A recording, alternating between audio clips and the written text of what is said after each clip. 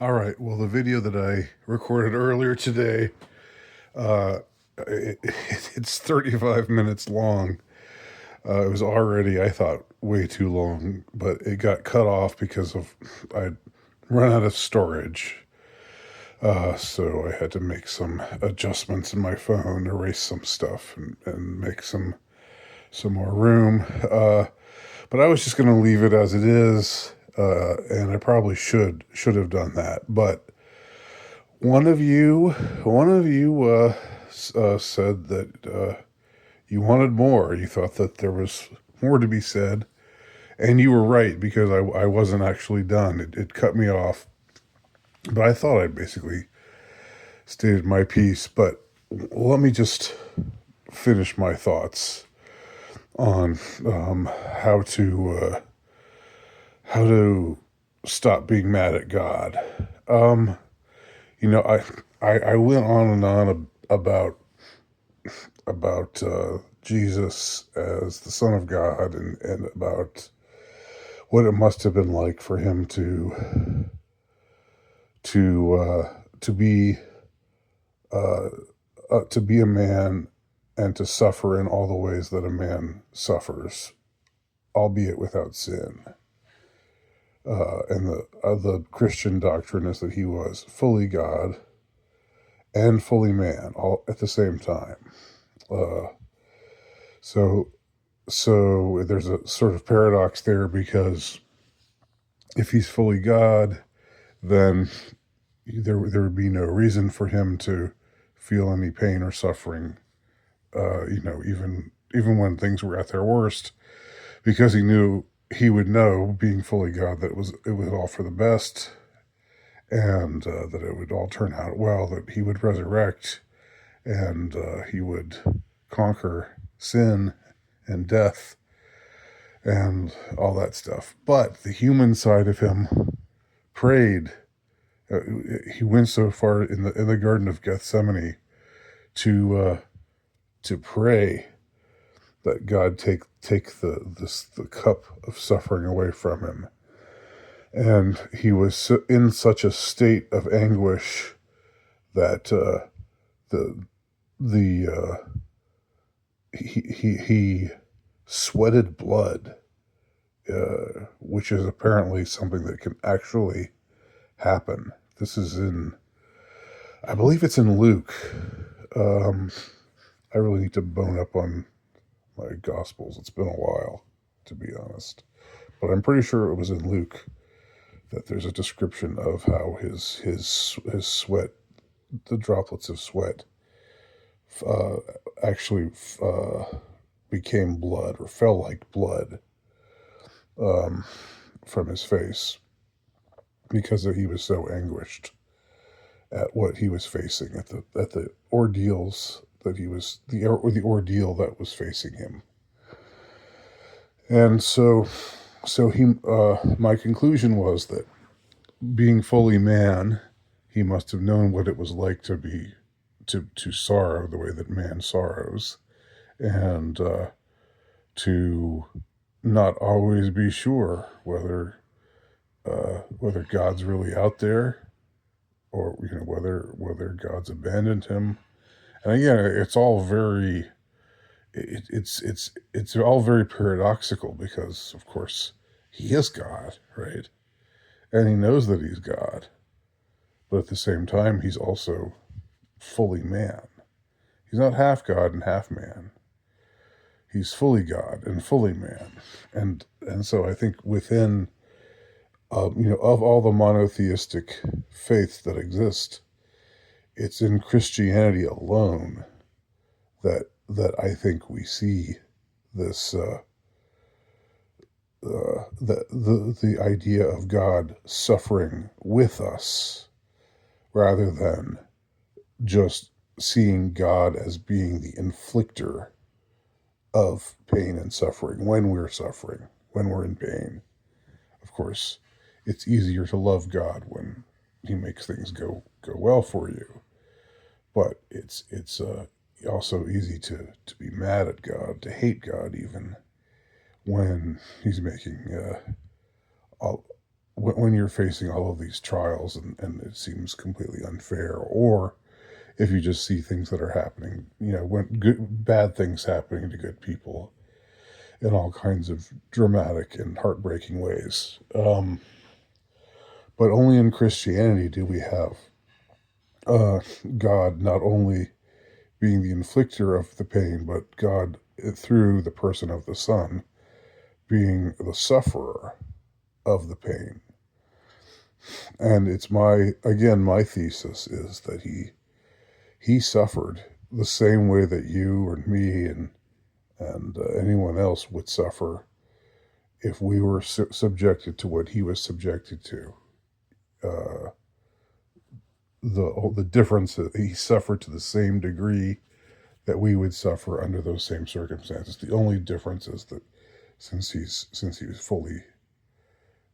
was a perfect man, a man without sin, he suffered without sinning. So he did not, uh, fall into despair, but he was tempted to despair. Just like, in every other way, he was tempted. Uh, every other way that you can imagine a person being tempted to sin, he was tempted, but he didn't sin. All right, so that's the theological way that I find it out from being mad at God. But there's still it doesn't completely remove the problem, the problem of evil, as it's been talked about. It's talked about so often that it's that it almost is boring to talk about it. But on the other hand, it's not boring to talk about it because it's so much. It's so much a part of the human experience. It's what we see all the time. It's a part of of all of our lives.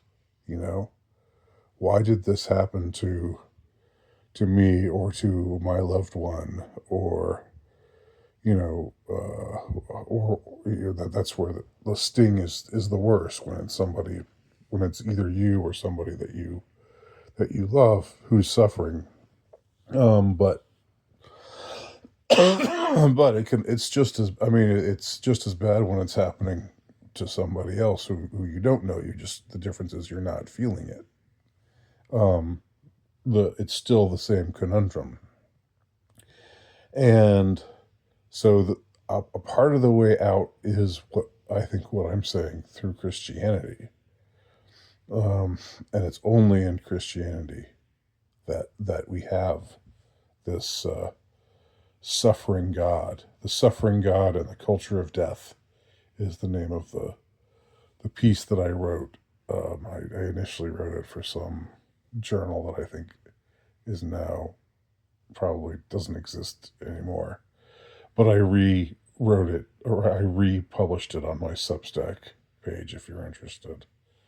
The Suffering God and the Culture of Death. I couldn't remember the title earlier. So yeah, there's that. But I think that how I got over hating God, well, hating God, that sounds extreme.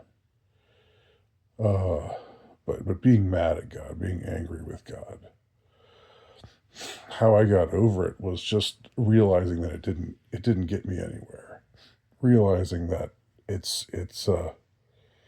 kind of like, and I'm going to be, I think maybe in a week or so I'll do my Thanksgiving. Why it really is good to be thankful. Maybe I'll either write about it or probably just talk about it. I don't know. But it's like a corny thing to say, to talk about. We need to be thankful, blah blah blah. It can feel very corny. It can feel very cliched, and you can really get tired of hearing it. But I think there are good, solid, non sentimental reasons for giving thanks. And I think there are really good, solid reasons, practical reasons, not to persist in the hatred of God or anger with God. Is it going to get you anywhere? Um, you know, just psychologically. I'm not talking about spiritually. Spiritually, it's probably not going to help.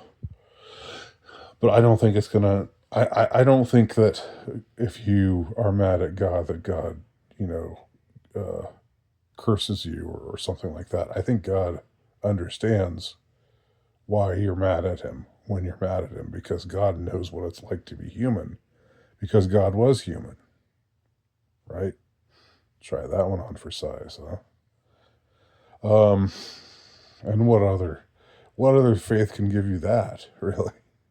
I know there are other faiths where there are other, like, pagan beliefs where, where a god becomes human, but not God, not the God, not the supreme being, uh, becoming human. That's that's unique to Christianity. It's not just borrowed from Mithras, or anything like that. That's nonsense. Just because there are certain motifs that are repeated, it's not the same thing. That's just, yeah. That's that's shoddy. That's a shoddy argument. Um, but that's getting into a slightly different territory. Anyway, being mad at God, I think eventually at some point I just wore myself out with it, and I realized it wasn't getting me anywhere. And I realized that the ultimate answers, there were some mitigating answers that I found through seeing God as the one who suffers, i.e., Christ.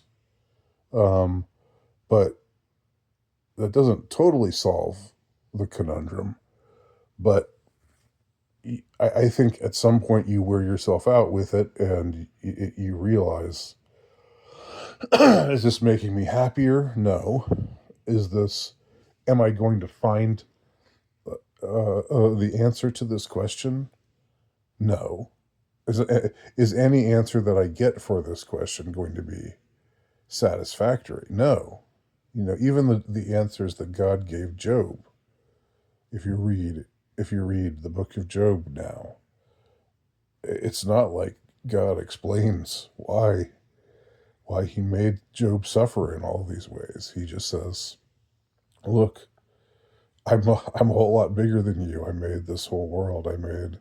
Can you say that you created the world and the oceans and all the wonders of heaven and blah blah blah? No, you can't." So it's just sort of saying, "I'm God, you're not." I'm God and you're not.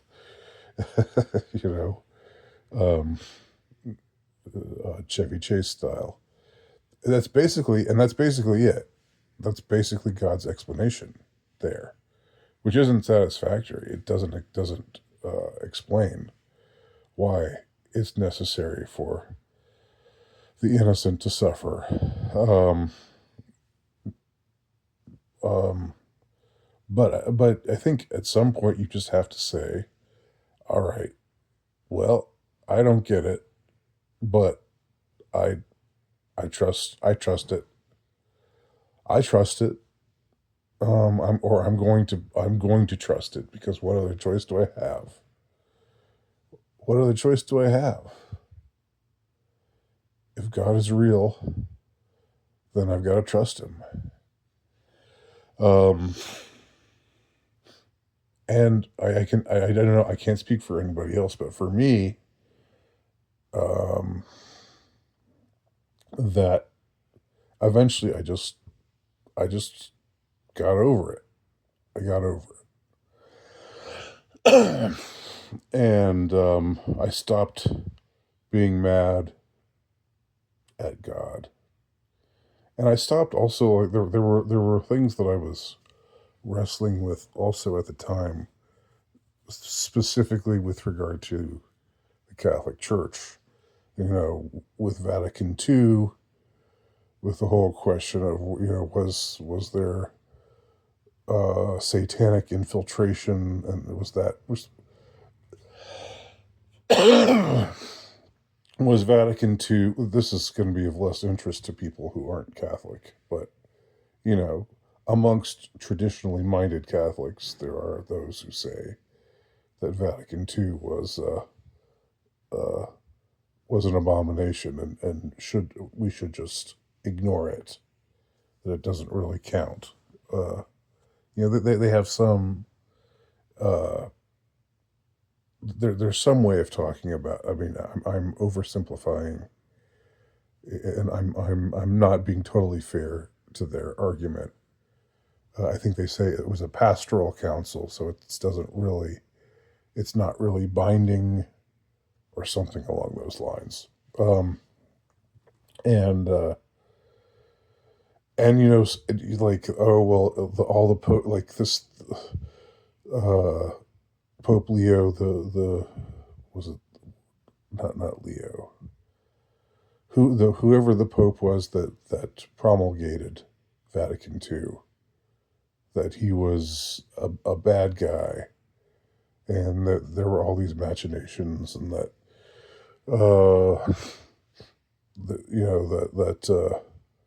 all these things that happened in the church that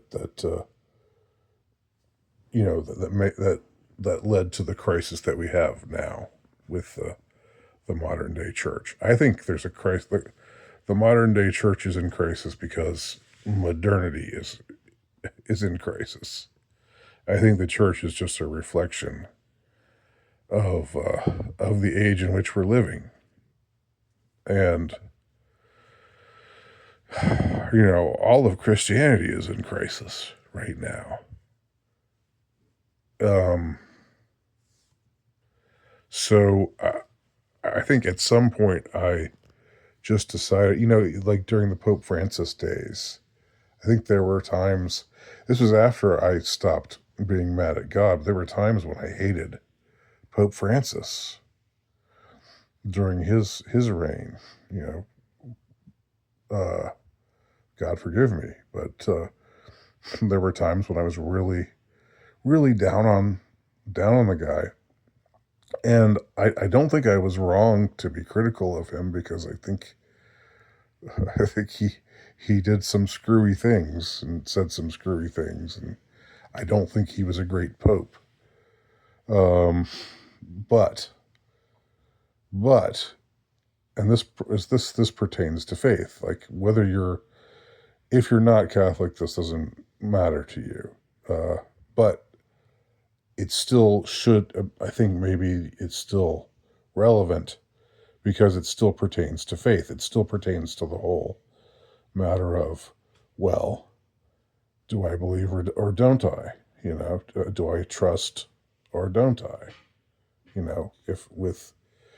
If you're any kind of Christian, then you have to eventually just trust in God.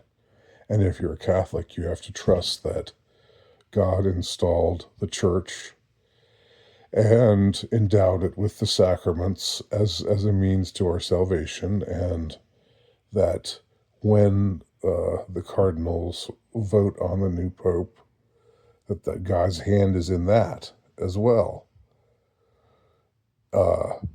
And so whoever is the pope then is legitimately the pope. And that included Pope Francis, who he was the first pope in my life, in my conscious life, that I wasn't crazy about. I loved as a child. I loved Pope John Paul as a child and teenager, when I wasn't even Catholic. I loved the guy. And Benedict was even better to me. Pope Benedict XVI, Cardinal Ratzinger. He was the man. So you had two real heavyweights, two I think not far from perfect, but and the traditionalists would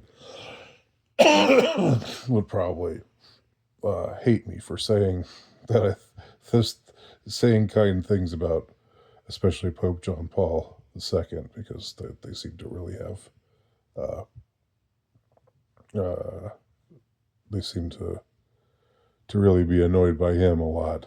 Um, and and to be fair, they have reason to be annoyed by him. But anyway, the point is, um, if you believe in the sacraments of the church, and if you believe that the church, for all of her problems, all of the problems that stem from, human failings, and the fact that the leaders of the church are human and have human failings, and that includes the sex crisis, the the molestation crisis, which it was bad in the church. Don't get me wrong. I'm not saying that the church didn't have a problem, but lots of other places in society have got that problem too. It's a sign of our messed up times, and it's a sign of our fallen nature. So, um, so anyway, like at some point, I stopped paying attention to these these sort of trad sites that were always focused uh, on Pope Francis, and how he's falling short, and how he's not living up to he's not being the kick-ass, you know red pilled Pope that we all want him to be. And at some point, it was like, okay, well, he's got all these failings, and he doesn't compare to his predecessors in my mind. But the church has had a lot of bad popes. There have been a lot of bad men who have been given the title of pope. A lot of good men too, a lot of great men. But in the same way that you don't say that you don't base loving your country, you don't base patriotism on who the president is at a given time. You also, in the same way, you don't uh, um, you don't define Catholicism by who the Pope is at a given time. Catholicism is much bigger than who the present Pope is. And anyway, so it's the last few minutes. I guess I've gone more on a Catholic centric way of talking.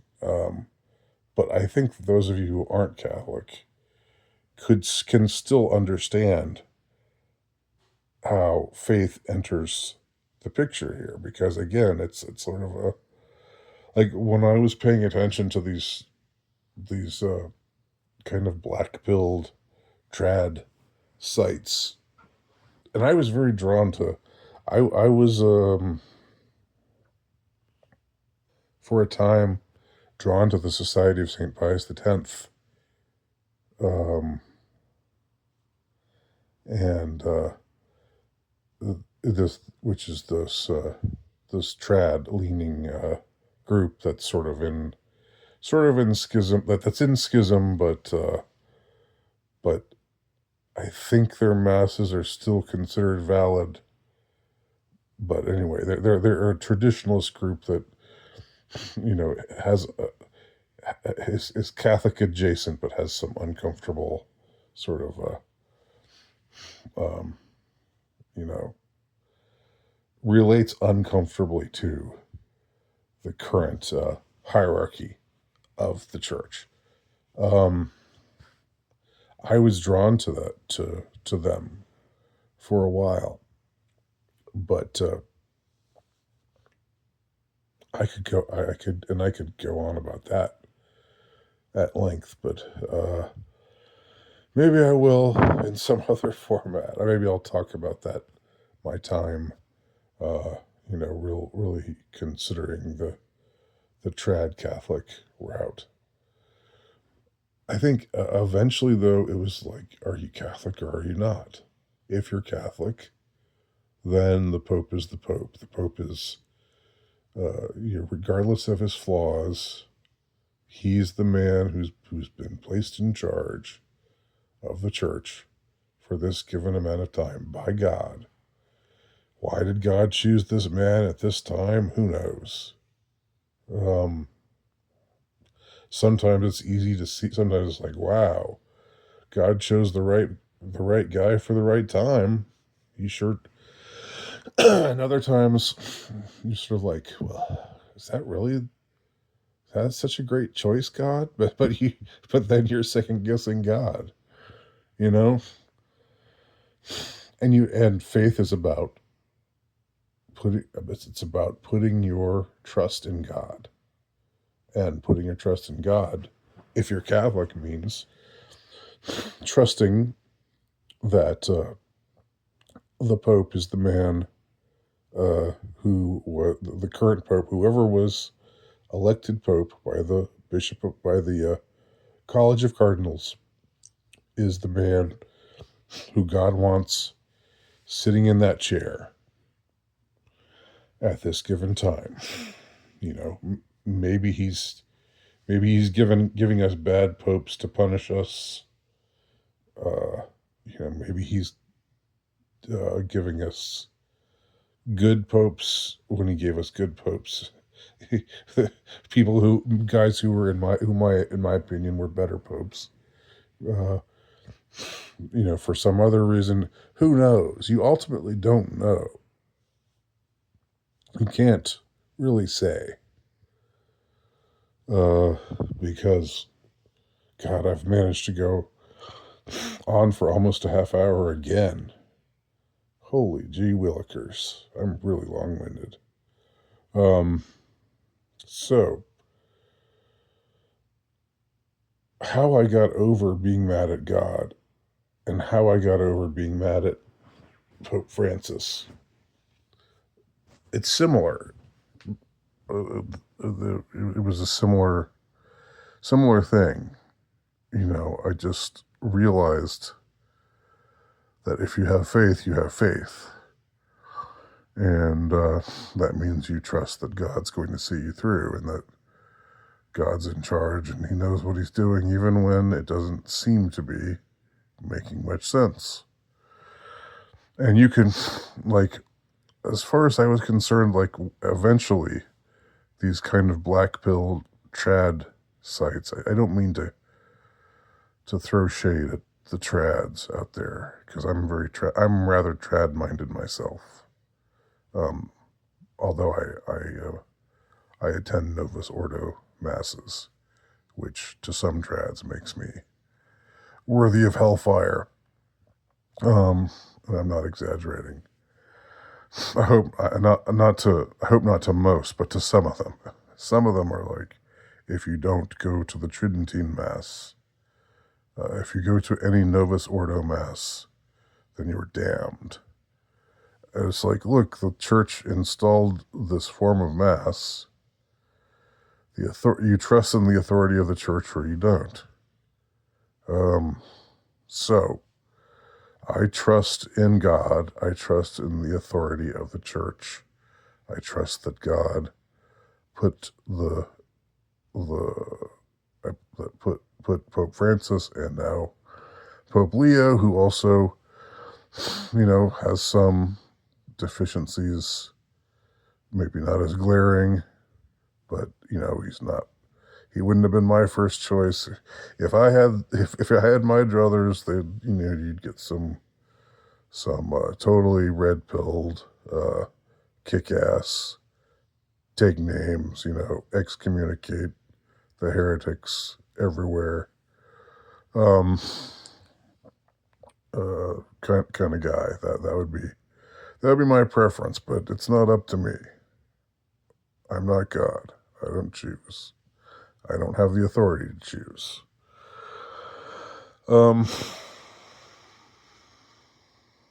So that's what it comes down to, I think. I stopped being mad at God because it doesn't get me anywhere.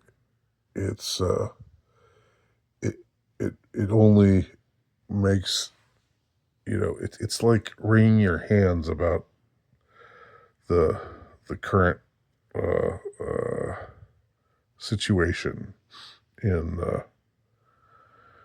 the church, the crisis of modernity, and this priest is doing that, and that priest is doing this.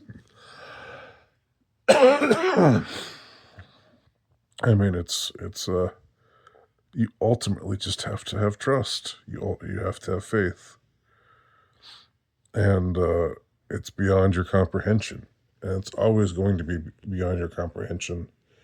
On this side uh, of the glass, where we see through the glass darkly, and not uh, where we'll be when we see God face to face. Then it'll be different. Then these things will become clarified for us, and there, a lot will have changed. We will have changed, and our understanding will have changed, and our knowledge of God will be greatly enhanced. But for now, it's just I get that if this sounds like an anticlimax to some of you, I'm sorry, but there you go. That's where I land on this stuff, and that's where I'll bring this video to an end. Thank you so much. God bless everyone who's watched this all the way to the end.